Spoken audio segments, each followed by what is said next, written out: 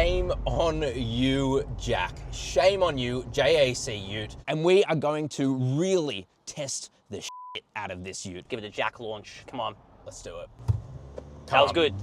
That was a good launch. Listen to the transmission. It's a bit of like a droning sound, isn't it? It's not fast. Come on. This is not a fast Ute. Come on, baby. Oh, you know what? I was spot on. Yeah. 0 to 100 in seconds.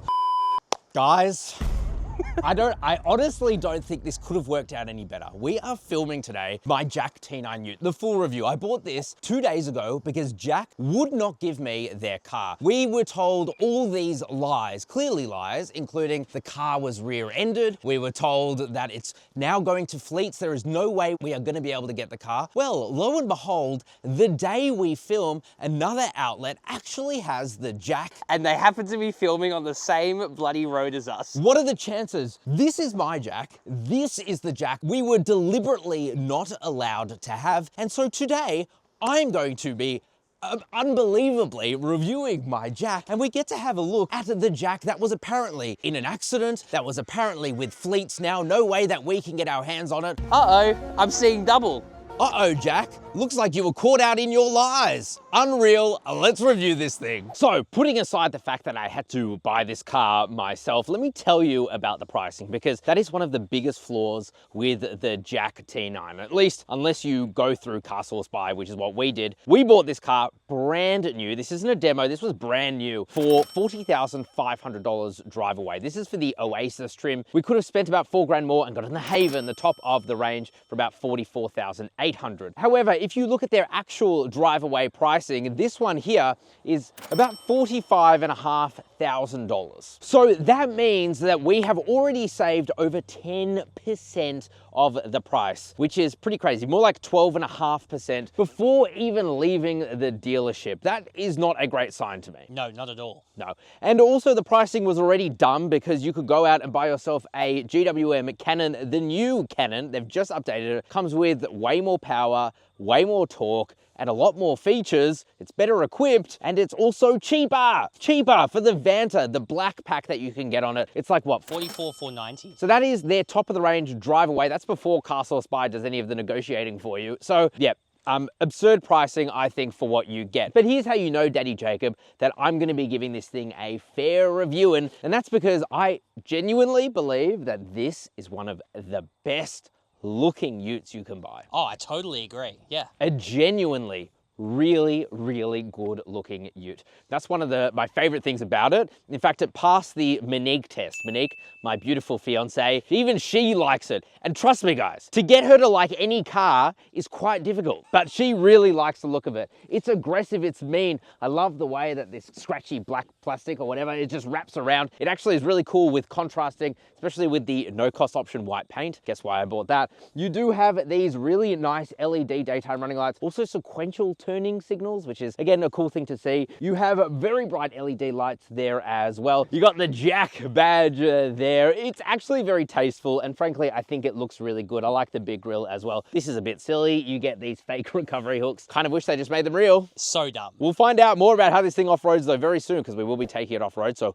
make sure you subscribe. We're taking this thing hard off-road. Check this out. Ah, bash plate. Steel bash plate. We'll see how that holds up off-road as well. But yeah, especially from the front, I think this is a very good looking Ute. Let's check out the side. Now for me and a lot of people in the industry, the benchmark for any Ute is going to be the Ford Ranger. It simply does everything just the best. So here's what you need to know about the size. Sorry, I need to read this. It's too many numbers. So the JAC T9 is 5.33 meters long, which is 40 millimeters shorter than a dual cab Ford Ranger. The width though is 1965 millimeters, so quite wide, 47 millimeters wider than a Ford Ranger. It's also taller, the JAC T9, at 1920 millimeters tall, which is about 34 millimeters taller than a regular dual cab Ford Ranger. The wheelbase on this is actually smaller, 3.11 meters in length. That's actually quite a lot shorter, 160 millimeters shorter than a Ford Ranger. Ground clearance as well is not quite as good. Under here,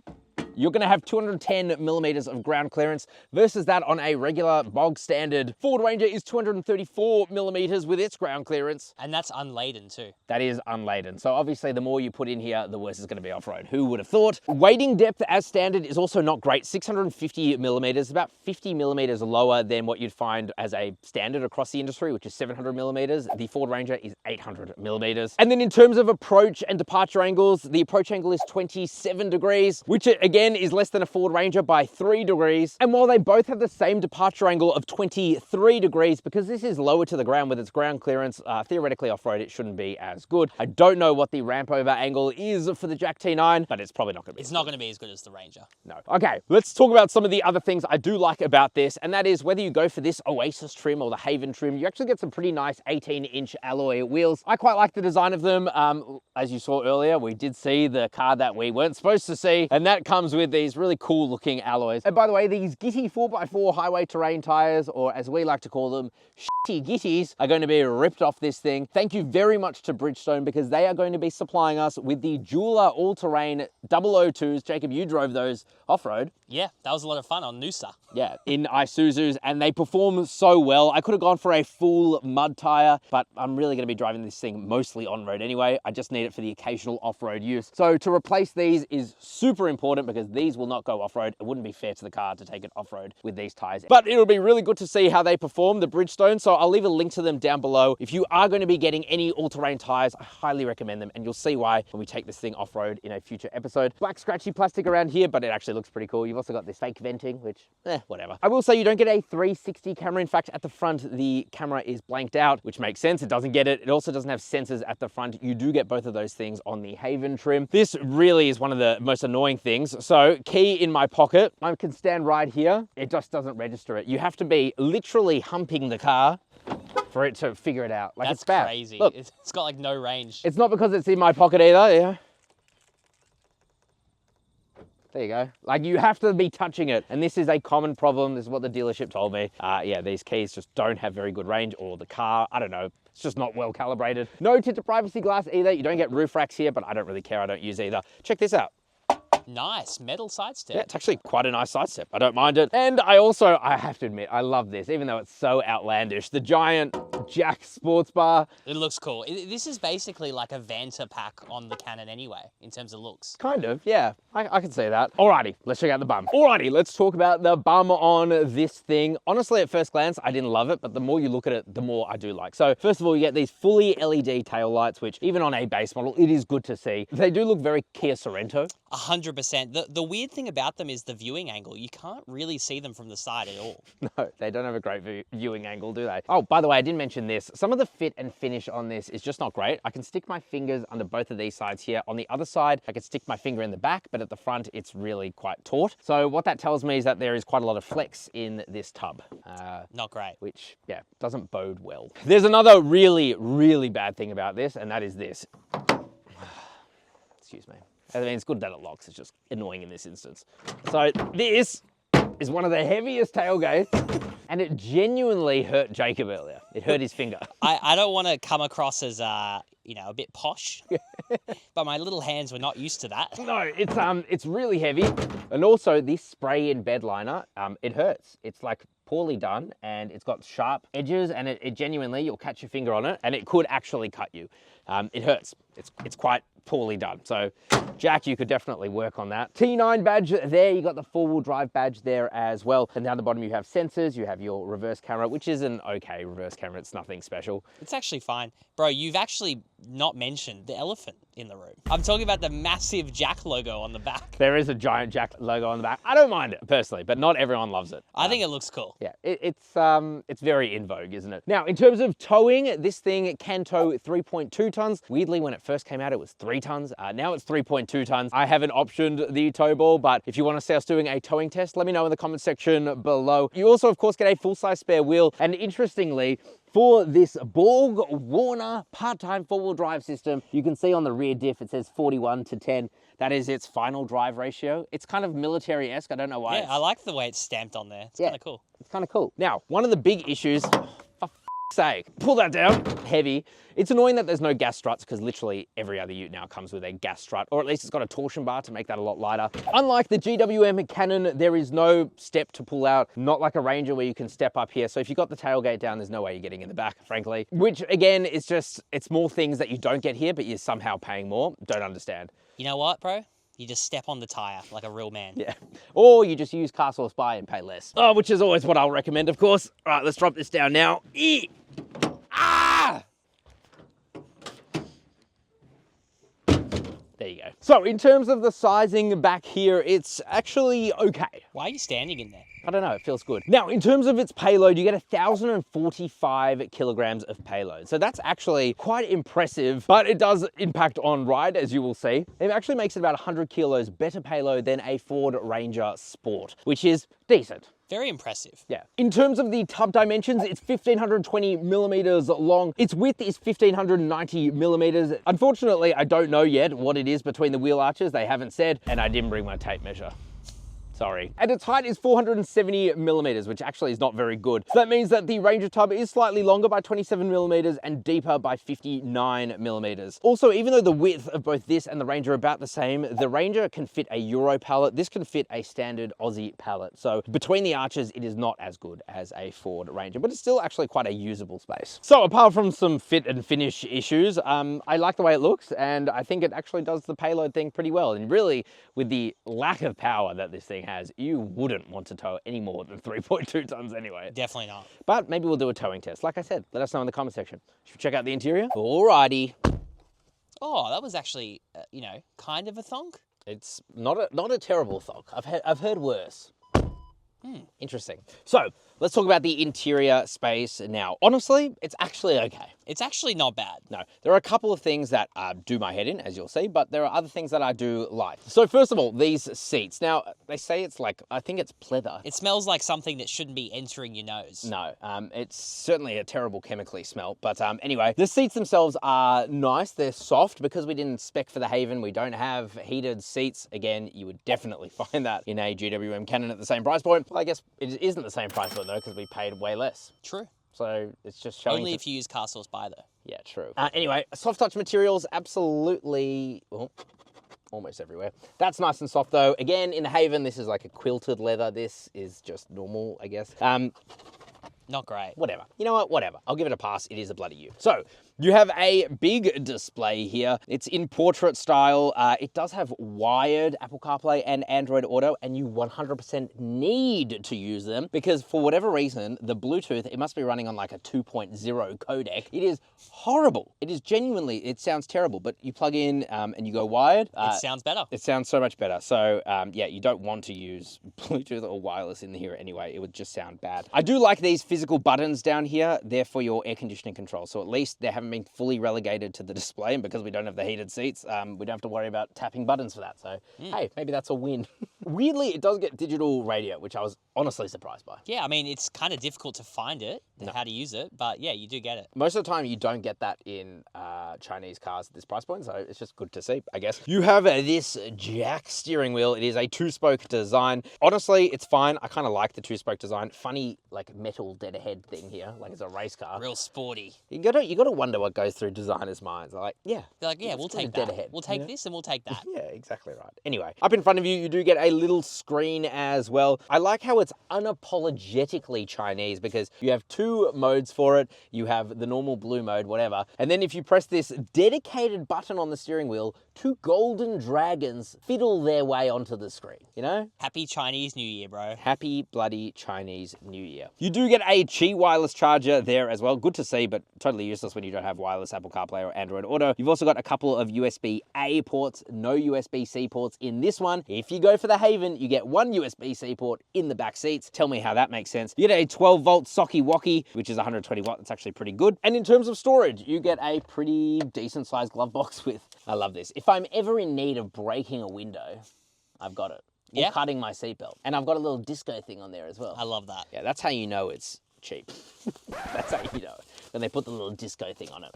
You get a couple of cup holders here. One's really deep, one's not. Don't know, but anyway, it kind of works. Soft touch center armrest with enough space in there, and you also have an air conditioning port as well, and the door bins are of a decent size. I would say that the interior is unremarkable. It's mid.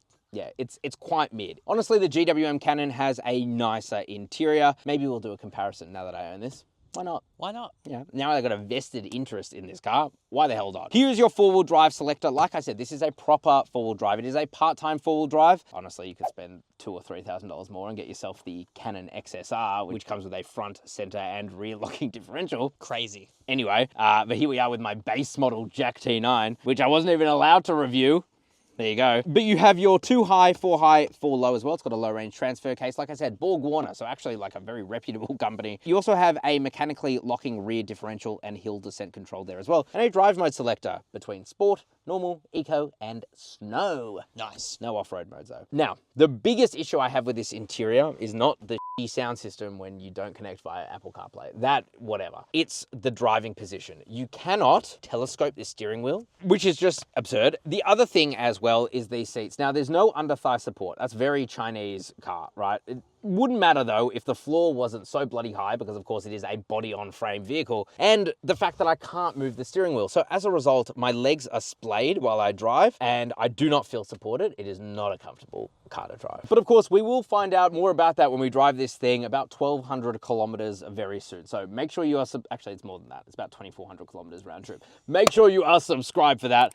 You won't want to miss it. Let's check out the back seats. So a couple of nifty features back here. We can lift this up and then you've got a bit of underfloor storage, which is always good to see, and it's easy to lift up as well. You can also pull down this backrest. Then you got a bit of storage behind there too. So a little bit of extra storage, never goes astray. Now, back here at 5'11", actually wait.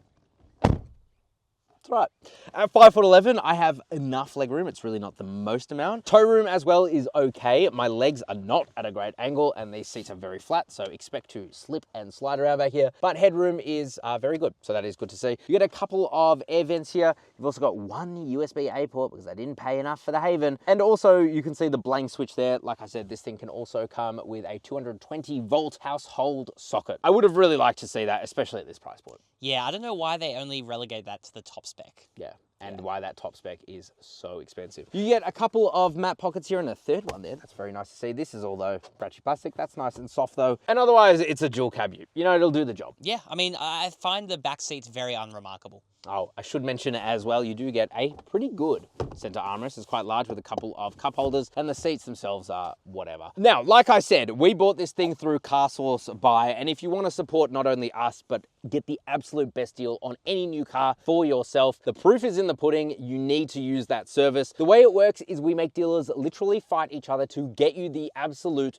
best price possible. That's what we did for this. That's how we saved almost 15% on its total price because we used CarSauce Buy. And we did it before and we saved about $500 on the Cherry Tiggo 4. Exactly. You will always save money through CarSauce Buy, and best of all, it is a totally free service for you. We have the existing relationships with dealers. We negotiate on your behalf and we will always charge the dealer a fixed fee. So no matter what, you will get the best price possible because that is in our best interest. You need to join our thousands of happy customers at CarSauce Buy. And don't forget, it is your support that has allowed us to go behind the manufacturer's back and purchase this car when they didn't want us to review it. Exactly. Shall we launch it? Let's do it. Alrighty, Daddy Jacob. Now, in the GWM Cannon, which we just reviewed, and go watch that review after this, it's been updated with a bigger, badder engine in a good way. Badder in a sexy kind of way. That will do 0 to 100 in what, 10.37. The pre-facelift was like 11.9 or something, so it was a lot faster than the pre-facelift. I reckon this is going to be more comparable to the pre-facelift Cannon. I'm not going to lie to you guys, this is not a fast car, but it does have a sport mode, so... Oh yeah, does it have launch mode as well? We'll find out. I really highly doubt it, but you never know. Fist me and fist me good. Come on, Jack. Give it a JAC launch. Come on. Let's do it. Oh. Oh. Oh no, let's not do that. We'll boost it a little bit. That was good. That was a good launch. That's about as good as I can get it. I don't think it can get better than that. Listen to the transmission. It's a bit of like droning sound, isn't it?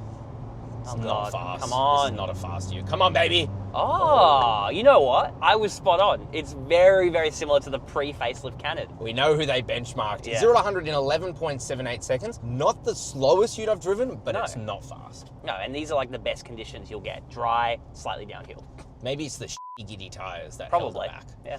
Alrighty, let's try this thing normally. Alrighty, Daddy Jacob. Bro, I'm just pissed off. I'm not gonna lie. Like, Pissed off, But vindicated. Vindicated. Yeah. The fact that media JAC Ute, the only one, the one that got into an accident, the one that no other media can have, Yeah, the yeah. one that's with fleets right now, is it's right just, there. Yeah, it's just simply impossible for us to have it. Just On- simply impossible. And this is no slate to the media guys that have that now. This is not their fault No, at all. not at all. And No. if they get in trouble for this, I'm going to be real pissed. Yeah. Right? But they've got that car for what? Over a week? So clearly you can have They're not the even car. filming it today. No. They're filming it next weekend. Yeah, which is fine, right? No slate Whatever, on them. not This their is fault. not their fault. Yeah. But the fact that it has shown up to where we film in the middle of nowhere. Crazy. But yeah, absolutely. Just crazy. Like, absolute Crazy. insanity. And shame on you, Jack. Shame on you, JAC Ute. That's a shady practice, and I don't know if it's the head office. I don't know. I assume it's probably your PR agency, but it's shady, and you've been caught out in your lies. And it's just not how you do press vehicles. And of course, we've experienced this as we were growing as a channel. Yeah. But now that we're pretty well established in the industry, it just shouldn't happen anymore. No, it's just not okay. It's because we give honest, real-world opinions. Yeah, and some people are scared of that. So let's give our honest, real-world opinions of this. Yep. What is the JAC Ute like? Well, powering my JAC Ute that I had to buy because they wouldn't give me their stupid press car is a 2-litre 4-cylinder turbo diesel engine. It puts out not much power. God. Oh, it begins. God, can you please turn that off? I will. But it puts out 125 kilowatt of power, 410 newton meters of torque. That's pretty underpowered, man. It's underpowered. My foot is to the floor right now, and it feels underpowered. And that's unladen too. Yeah, it does have though what I would say a good 8-speed torque converter automatic transmission. It frankly just works. I don't notice it anything other than going up a hill in cruise control. Yeah, that's a weird. It will search for gears. Yeah. It's just a bit weird. In fact, we'll replicate that now. So I'll go 60, and you'll hear it. Yeah. Yeah, so it will switch between gears, and that's like the only real negative I have of that transmission. It's just not well calibrated in some instances. In terms of how it handles, now the ride quality is, I think, fine. It's adequate. It's not the most comfortable Ute, but you do have to remember that it can take over a ton of payload, so it's definitely very firmly sprung in the rear. You can definitely feel that rear bouncing around a bit. God, can we turn that off, please? Yeah, we need to. Okay, let's just quickly turn. Driving? Yeah. Assistance? So you go driving. Oh, this isn't dangerous at all. Oh, Australia's safest Ute. Yeah, my ass. All right. Look, technically it does have the best ANCAP score out of all the Utes currently. Yeah. We'll see how that holds up. Until real world comes into play and you have to turn the shit off. But in terms of how it rides, I've actually been pleasantly surprised. A lot of people have said that it was terrible. To me, it drives like pretty much any other dual cab Ute in the fact that it's got a very stiff rear end when there's no weight in the back. We Yeah. test all of our Utes without weight in the back because that's the hardest thing to tune. And if they can get that right, like the Ranger, then you're sweet. Yeah, I mean, I definitely wouldn't call it terrible. I would call it very comparable to something like a Toyota HiLux. If you've driven the HiLux, this would feel very comfortable and actually pretty comparable to you. Fuel economy, I'm getting an average fuel economy of about 9.7 litres. It's okay. It's not like It's not amazing for a turbo diesel, though. No, it's not like Mitsubishi Triton. In fact, it's kind of in line with more of the 2-litre 4-cylinder bi-turbo that you find in the Ford Ranger. Except you get a lot more performance out of Get that. a lot more performance out of that. But like overall, honestly, I have been not disappointed with how this thing drives. I think when you're not like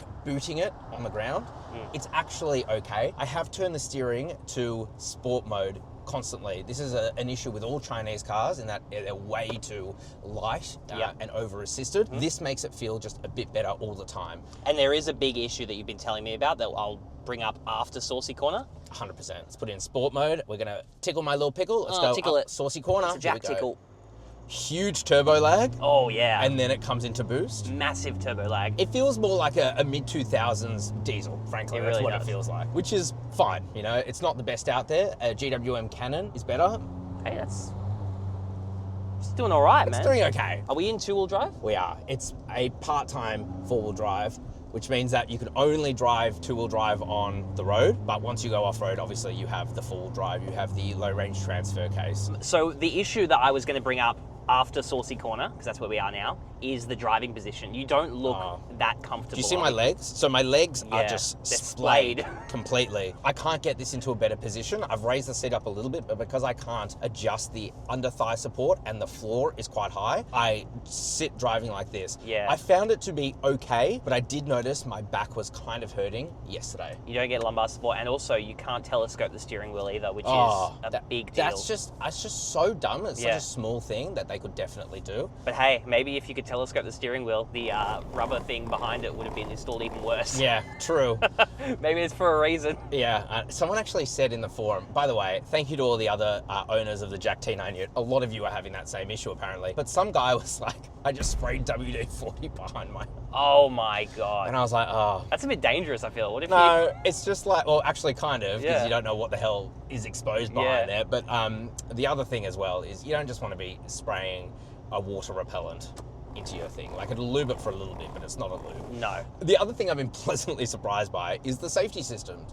Not the driver monitoring and the overspeed warning. Incredibly annoying, and you have to turn them off every time. You have to, because otherwise it'll drive you insane. Yeah. But it's the lane centering and the adaptive cruise control. Actually, of all the Chinese vehicles I've driven, Yeah, the distance is well calibrated. distance is well calibrated. It'll hook you up in the center of the lane. It actually That's good. It makes for longer cruising good. And by the way, like we've said in this video, we are going to be testing the out of this JAC T9 Ute. Dude, I'm so keen for that. The most comprehensive we've ever gone. We are going to be driving this thing up to New South Wales, up to Newcastle. It's like 1,200 kilometers or so from where we live. And so we will give you a full report on how this thing drives. And how our backs are at the end of it. Maybe it's fine, but based on the position I'm in right now, I kind of suspect it won't be fine. Alrighty guys, unreal. I feel so vindicated. And Jack, once again, you done goofed.